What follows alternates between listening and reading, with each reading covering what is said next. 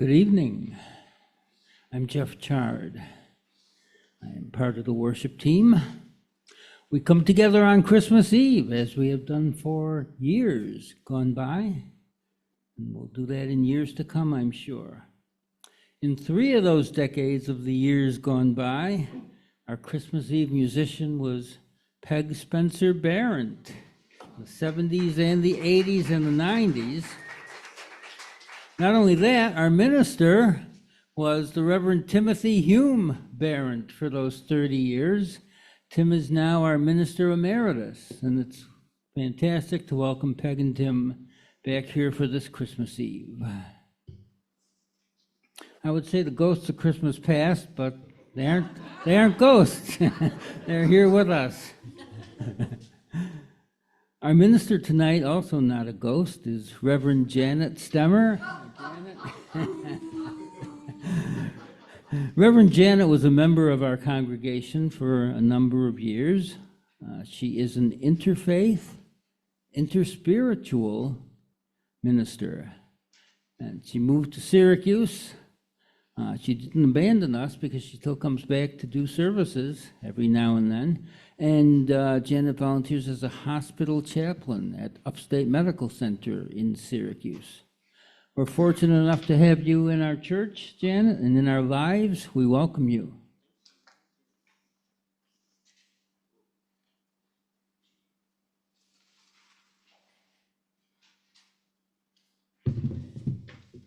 I always enjoy coming back and seeing my friends and all the new faces. Always good to see you all here. Our chalice lighting tonight is Fellow Sojourners by Dan Lambert. He says, "We gather together on this Christmas Eve as fellow sojourners, looking for light, for hope, for peace, and for love.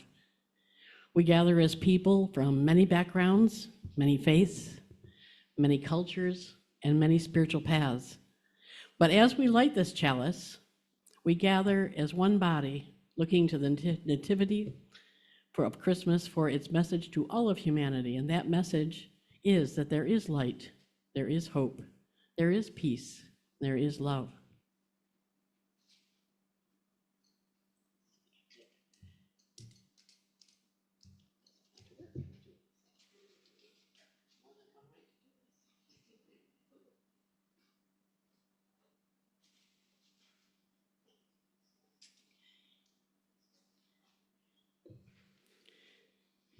Every year, for 2,000 years in the Christian tradition, this time of year has been a time of rejoicing, new beginnings, of hope because of the birth of Jesus. But 200 years before Christ in the Jewish tradition, there began Hanukkah, also known as the Festival of Lights, for the oil lamps that burned for 8 days with a supply for 1 day. It was celebrated this year from December 14th to the 22nd. Kwanzaa is another celebration of light, celebrated from December 26th to January 1. Even before all that, people were celebrating the winter solstice, which you had a special service on Sunday for. When the days start becoming longer, there's more light each day, light overcoming darkness. So I think there's a groove in this circle of time that at this time of year we come together, we give thanks, we share whatever abundance we have with one another. We decorate, we travel, we feast, we share. For some, it's maybe a difficult time because of those who are missing, and there are always life challenges. But right now, tonight, let us be together and give gratitude for a community that cares as we worship together on this Christmas Eve. We're starting with our first hymn tonight, and your little booklets is "Deck the Halls."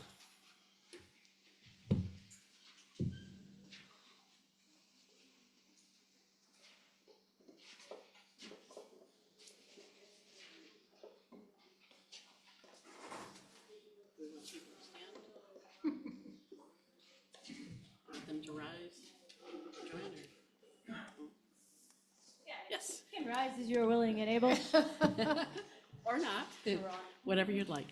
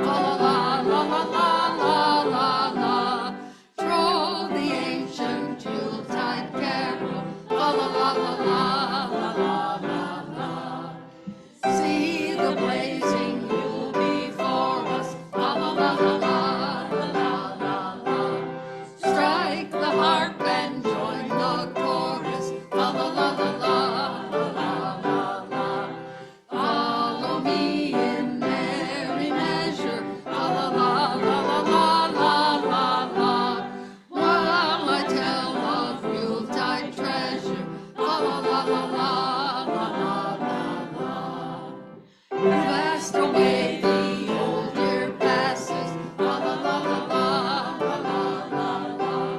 Hail the new ye lads and lasses. La la la la la la la la. See we join us all together. La la la la la la la la. Heedless of the wind and weather. La la la la la la la la.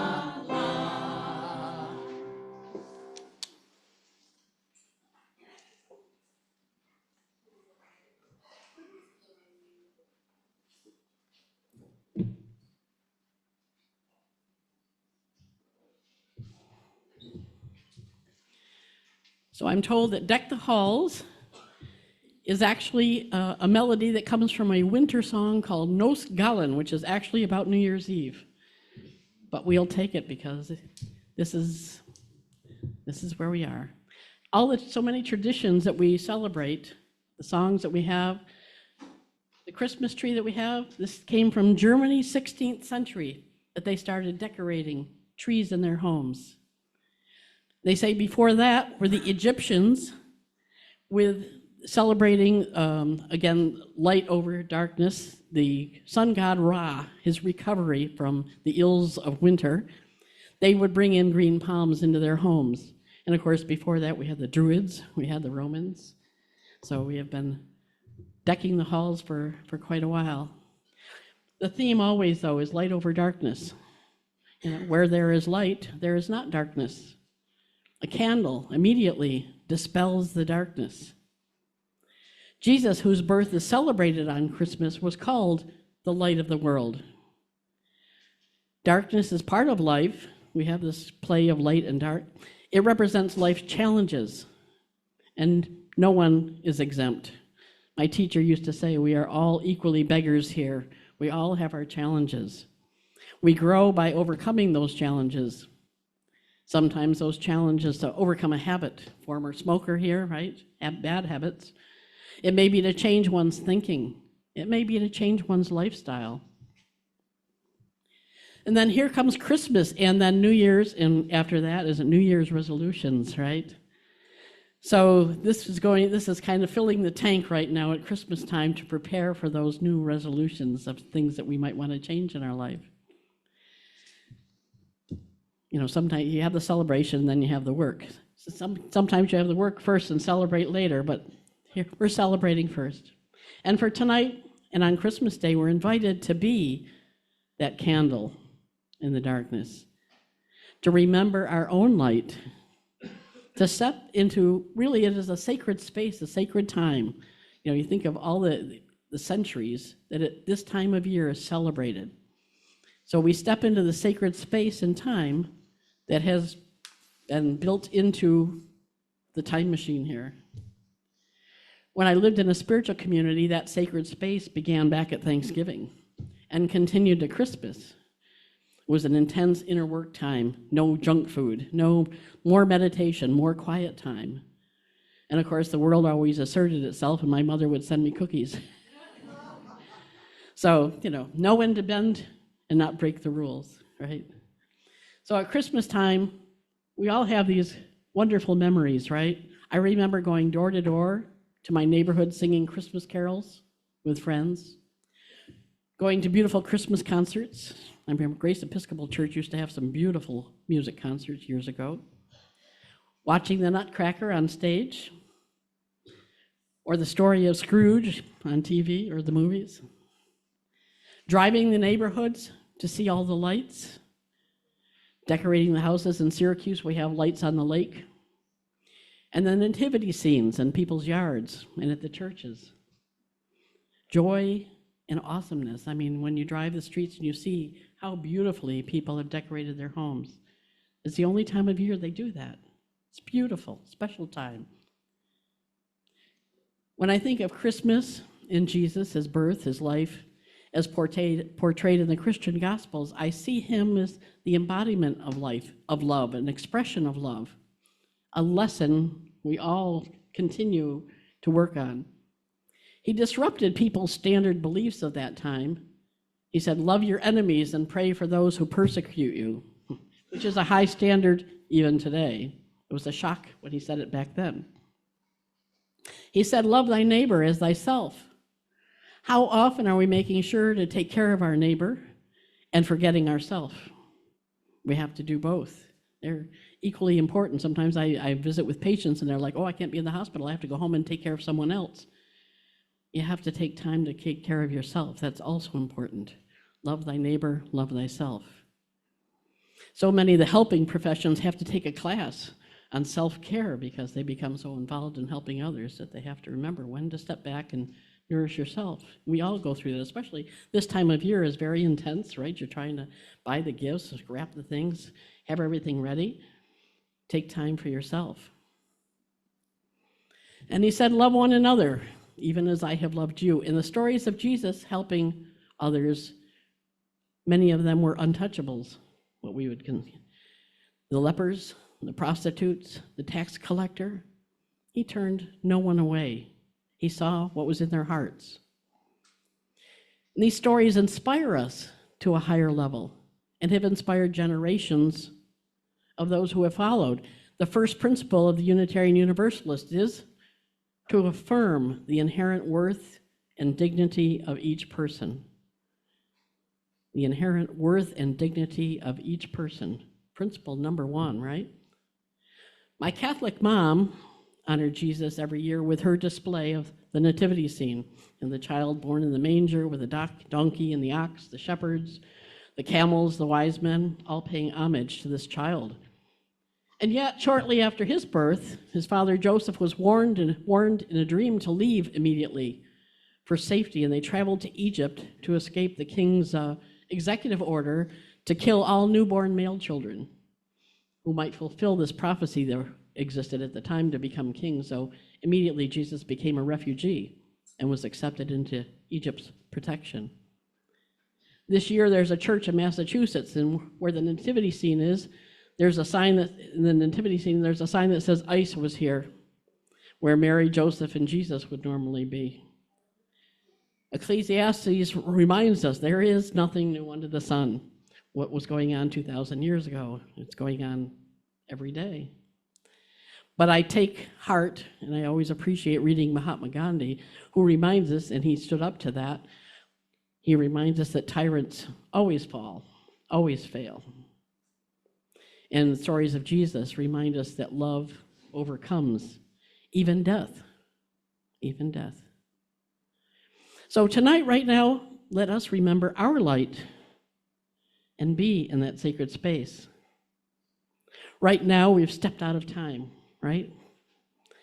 The gifts are mostly wrapped, right? The house is decorated, travel is mostly done, the food awaits, and best of all, friends and family await. Consider right now, we are wrapped in gratitude. We are wrapped in friendship and community. We are warmed by this beautiful music, and we give thanks to this choir and the musicians who have taken the time to prepare this feast of sound for us, to feed our hearts. This is what Christmas is. But stop for a moment. It's not actually a one of the lights, the decorations, but the light. Every day, any moment can be your sacred space. Let what we experience in this moment become a pattern for all days. When we ignore all the mind chatter and dwell in our hearts. I remember a teacher telling me to make these moments for myself every day. She said, even if you have to go in the restroom, close the door, and just stand there for a few minutes, be in the sacred space. It's in the heart. Remember that we have love in our hearts. And when we tune in, we can discover that love surrounds us always. It seems possible to feel this even more so at this time of year, I think. Lorna Byrne is an Irish author who has always been able to see angels since she was a child. Magical. And she posted on Facebook, I love it for sourcing new quotes, but it's just she's just so sincere and so beautiful in her vision. She says, the beautiful angels I see at this time of year They're dropping balls of light upon every home. She sees angels everywhere, always protecting everyone. She said, they're dropping balls of light upon every home this time of year. These balls of light explode and fill every nook and cranny, touching everyone within that home, embracing us and filling us with the spirit of Christmas, the spirit of love, compassion, and hope. And she says, when I watch that unfold in the world, when I see how kind we can be, how we can reach out and help each other with love, I always pray as we go into the new year that lots of people from all over the world will still hold on to that spirit of Christmas and be the good Samaritans of the world.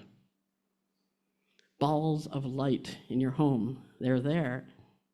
Love surrounds us always. It is in us, it is around us. Jesus said, the kingdom of heaven is within you. That's what he was talking about. The Quakers call it the still small voice within. Ram Dass, the spiritual teacher, said, this is the space of full awareness that is in harmony with all the universe. Buddhists call it emptiness. It's empty of ego, but full of everything else, full of love. We are just walking sacred spaces. The Trappist monk Thomas Merton said, if only people could realize that they are all walking around shining like the sun. People see auras, people see lights around us. It's possible. So this is the season of wonder. It's like having a tailwind, we step out of the usual and into the awesome. Let it lift you out of your pain or struggle. Let it all go on vacation for a moment, for a day, for a week. In Syracuse right now, there are huge gift giveaways, and probably in Utica too. Food giveaways, bicycles, shoes have been donated and recycled. The generosity is just amazing. For many nonprofit organizations, donations this time of year propel them for an entire year. So we have the emotions of joy and love combined with this very practical work of sharing, shopping, cooking, giving. They're walking hand in hand. And whatever our faith tradition, whether it be the sun, Jesus, Santa Claus, this is a special sacred time. In my opinion, there's no other time during the year quite like it. And yet, because everything is so magnified, we do need to remember that the struggles of some are magnified too. For those who are no longer with us, we grieve. For gifts that maybe a family can't afford. In Syracuse, we've had a couple of house fires where everything is lost. For those that are isolated and alone. So we also have to remember to extend our full hearts. Extend them out to those around us. Make a phone call. Drop off some cookies. Send a card.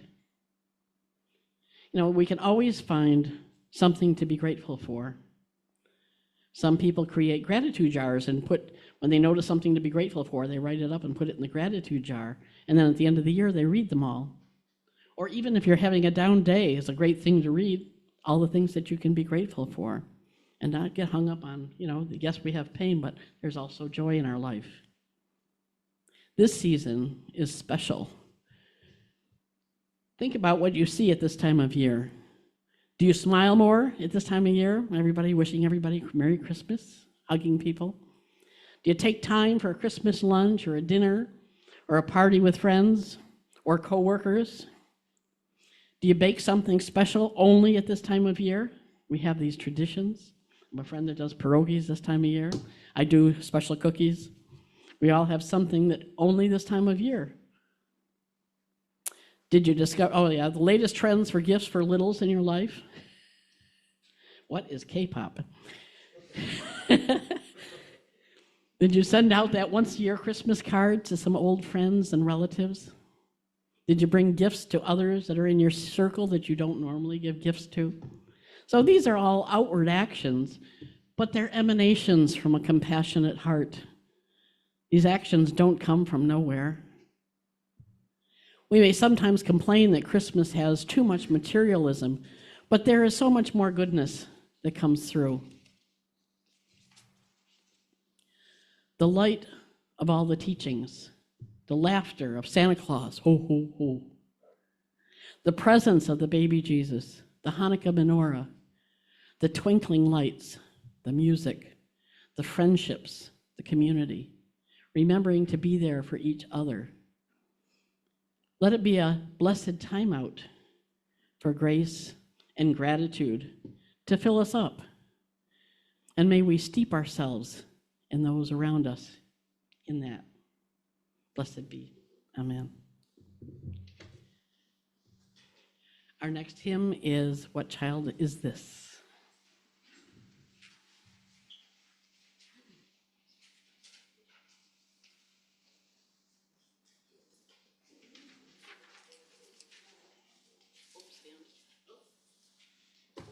Please stand as you are able or choose to and remain seated otherwise.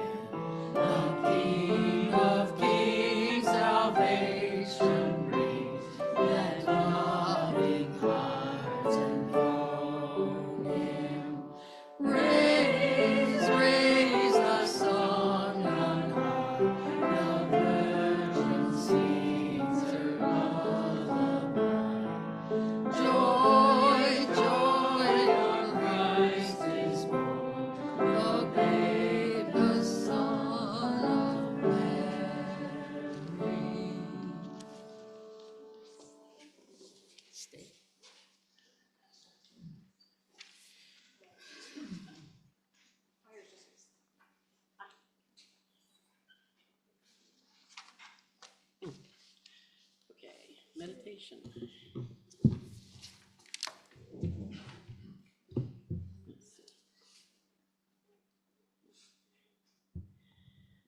Meditation on gratitude. So let's take a moment, let's pause. Be sitting comfortably in your chair. Gently close your eyes if you choose. Take a refreshing breath. Just drop all thoughts. Ignore them like some noise in the other room. Place your attention in your heart. Just keep breathing, relaxing. Let all that tension that's in your body go. Put a smile on your face. Can you feel the happiness in your heart when you smile? Keep breathing. Let go of any tension in your body. Think and feel, I am grateful for this day. I am grateful for this day. Be aware of your breathing. I am grateful to be here in this moment.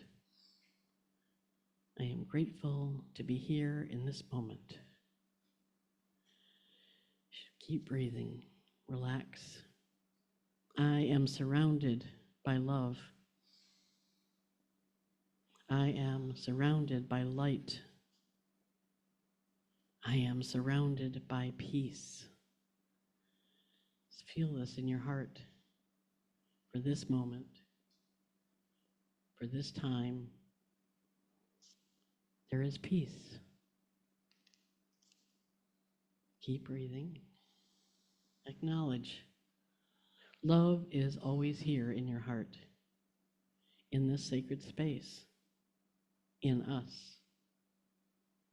Just sit for a minute in that, just breathing, letting it flow over you like a waterfall. No rush, no next, just now, this moment. Let there be peace. Let there be peace.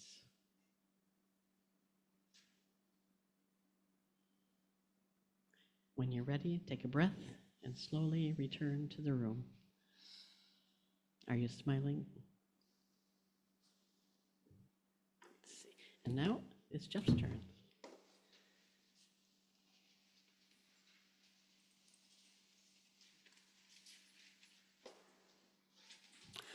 I bring greetings from Karen Belcher, who is the president of the Central New York Food Bank. And she sent us a nice letter we received this week. I'm not going to read it all. It will be on the bulletin board in the hallway. I'll read the first sentence and the last couple. Dear friends, thank you for your generous gift of $1,430 in support of the food bank's mission to eliminate hunger in our community. Thank you for standing with us in the fight to end hunger across our 11-county service area. Your compassion means more than words can express. We wish you and your loved ones a joyful holiday season, and thank you for helping provide the same to our most valuable, to our most vulnerable neighbors. From the food bank, that was the collection that we took on November 16. Thank you all for that. Unitarian Universalism is a grand vision of a world filled with peace and justice, love and joy. These are the words of Heather Christensen, who says, that vision is embodied in a few large congregations, numerous mid-sized congregations, and many, many small congregations. No matter its size, every congregation depends on each of its members.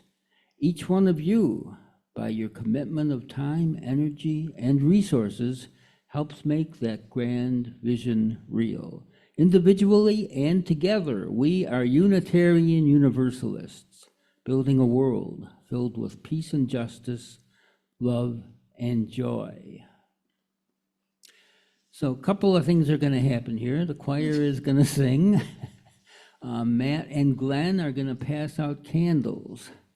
And then there's going to be a reading after that, during which we will share the flame across the aisle, passing the light to each.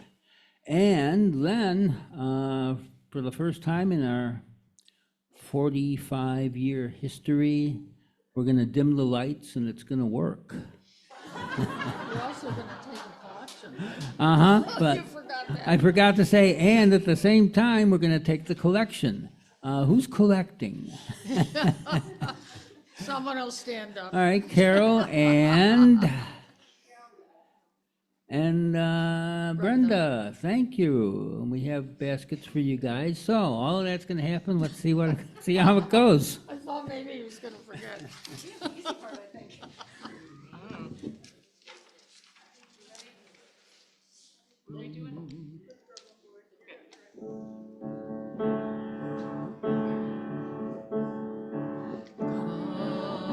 They told me, rum-pa-pum-pum, I am a king to see, rum-pa-pum-pum.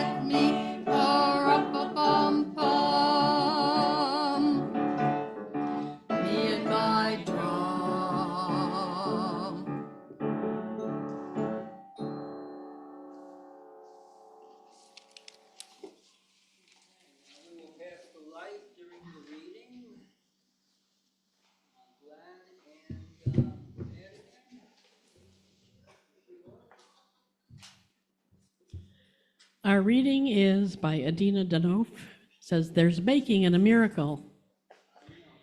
Even while our hearts are in the light, our feet are on the earth." And so this is the very practical side of Christmas.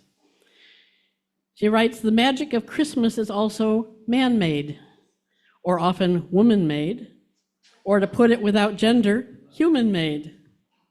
The magic of Christmas is crafted, and that doesn't mean just handcrafted. It means baked in an oven, glued, taped, tied with a bow. The magic of Christmas is in intention. It takes planning and work. There's magic in the Christmas lights, but they need to be untangled, checked bulb by bulb, put into place and turned on. There's magic in the cookies, but ingredients need to be warmed or bought. Ovens need to be warmed. Recipes need to be followed. Treats need to be taste tested. There's magic in each gift, but lists need to be made and checked twice. Items need to be chosen and wrapped, placed under a tree. It's all magic, and it doesn't just happen. It's made, just like how each year this miracle is celebrated. And let us now celebrate our silent night."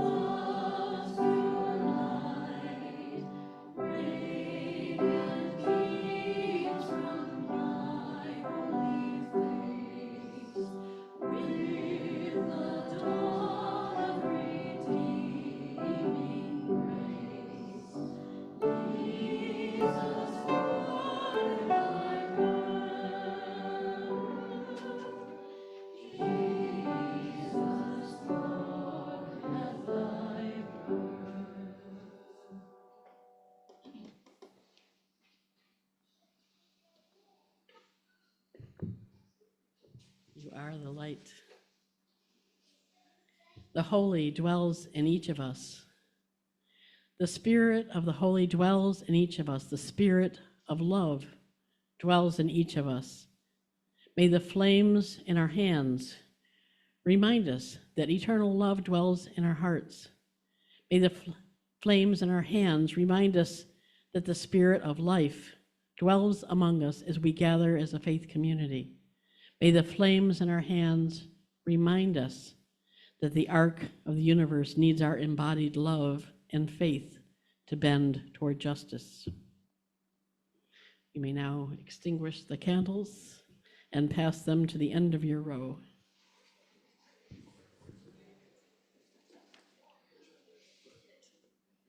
The lights worked.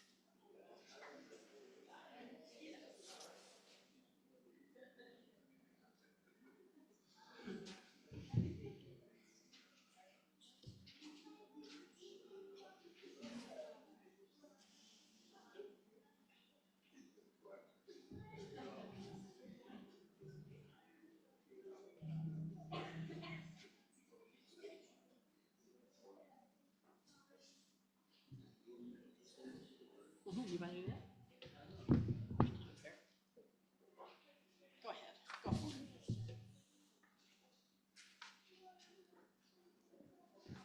I was just letting them get collected. Yeah. And with that, we will extinguish our flame, our chalice, with the words we say. We extinguish this flame, but not the light of truth, the warmth of community, or the fire of commitment. These we carry in our hearts until we meet again.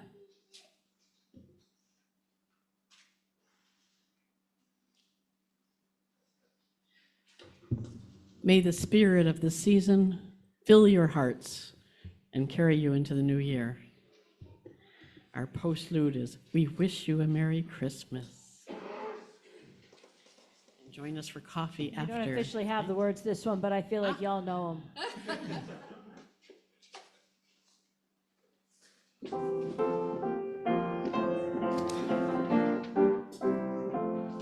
We wish you a Merry Christmas. We wish you